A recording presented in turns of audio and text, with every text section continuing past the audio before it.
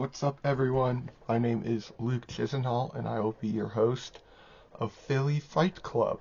This is episode 1, where we will be talking about early October and the whole state of Philadelphia, not state of Philadelphia, obviously, but the city of Philadelphia's collapse that week, from October 4th to about October 10th.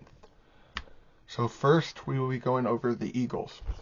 After starting off the season 4-0 and looking like we were going to run through the season, we had two hiccups.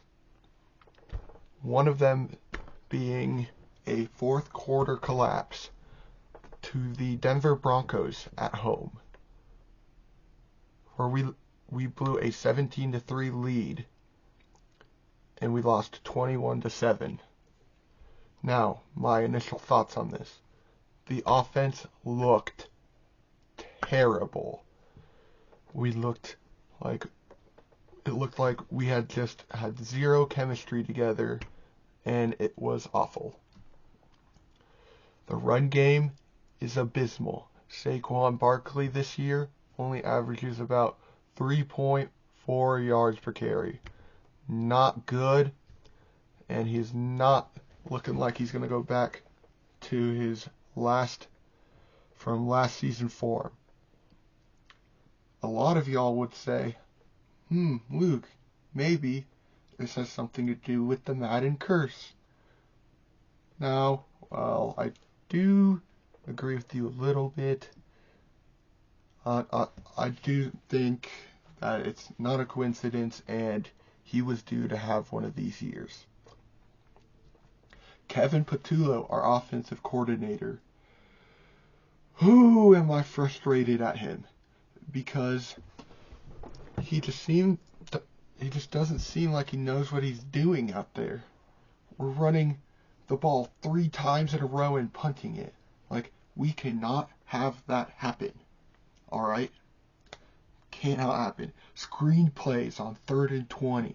Cannot happen. We are not giving up the ball to A.J. Brown or Devontae Smith when we need to. Embarrassing stuff, okay? Then, we're like, alright, we have a game Thursday. Get right game against the New York Giants. Well, guess what? We go to New Jersey, and they spank us around. 34-17. This, Jalen Hurts haters can finally celebrate, because this was probably the worst game he's had in a very long time. I'm still one of the biggest Jalen Hurts supporters, but he did not look good. Bad throws, overthrows, the whole thing. It just looked awful. Alright?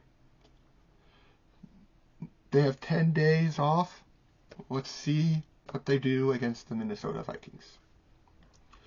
Shortly after the blowout loss to the Giants, this is Darius Smith on our very underperforming defensive line retires. Now, this is a big thing, because Darius Smith has the most sacks on the team at 1.5, I believe, which is not a lot. It's not looking good. So hopefully Howie Roseman makes a call and trades for a big name defensive player for the D-line, because it's not looking good.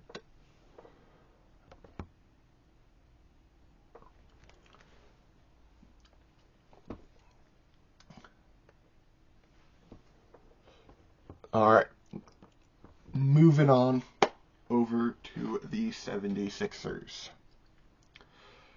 Injuries.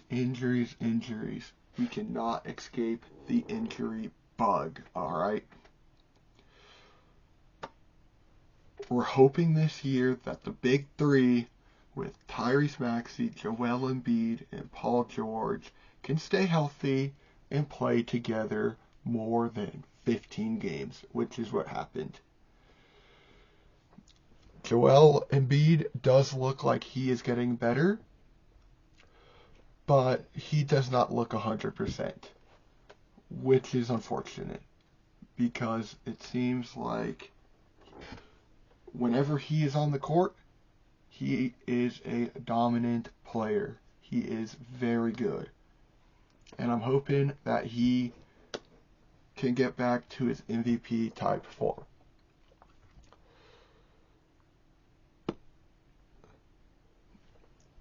How long do we trust the process? All right. Our team is getting a lot younger.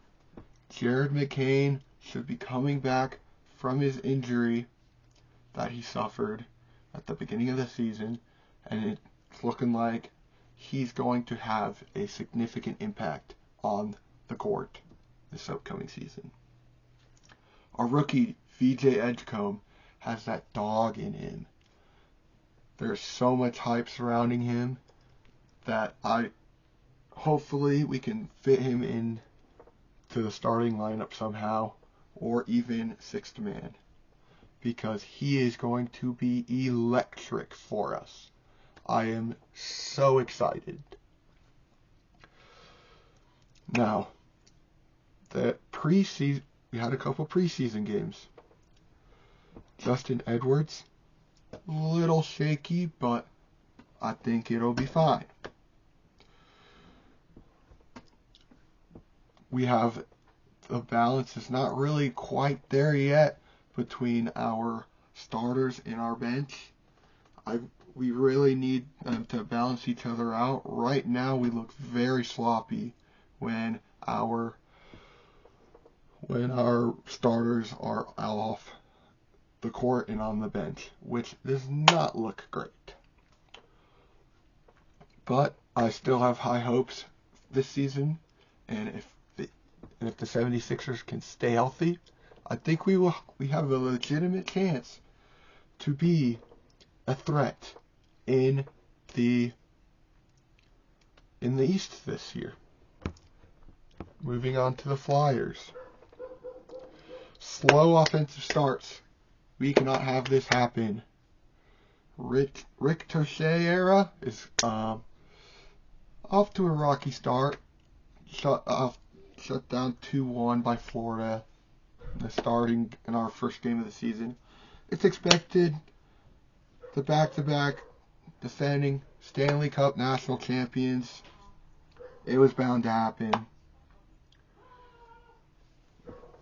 Our next game looked promising, alright? Very competitive game against Carolina. Overtime screwed us over. Our game winner was negated by goalie interference, and Carolina scores the overtime winning goal seconds later to win it. Heartbroken. Okay, next we're going to talk about the Phillies. Heartbreak year after year after year. It is getting frustrating. They were eliminated in extra innings by the Dodgers. Orion Kerkering overthrows JT Realmuto. Season's over. I'm very upset. Our roster is only getting older. It's now or never. Our team needs to win and get over the hump. Rob Thompson had some very, very questionable decisions that I do not understand what he was doing. We collapse in the big moments, and it is frustrating because young guys are eating and cooking like Harrison Bader, Johan Duran, even though he's kind of getting up there in age. But outside of that, our bats go cold every single October, and it frustrates the crap out of me. Alright, this one frustrates me the most. Penn State. We have now lost 3 straight games in a row. And the icing on the cake, our 22-21 upset loss to Northwestern as like 28-point favorites.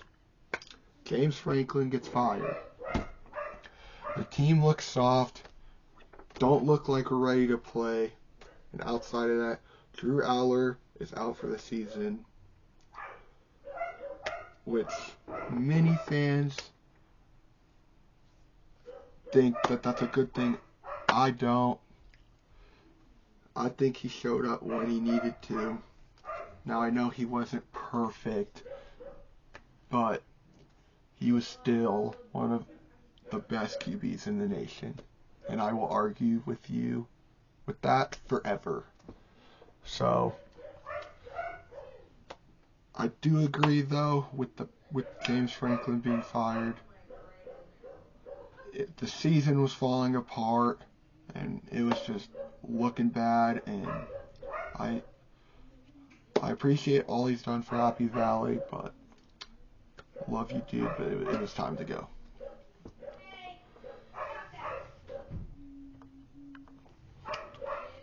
That is my recap of October 4th through October 10th. My name is Luke Chisenhall, the host of Philly Fight Club, and I'll see you in the next episode. Peace.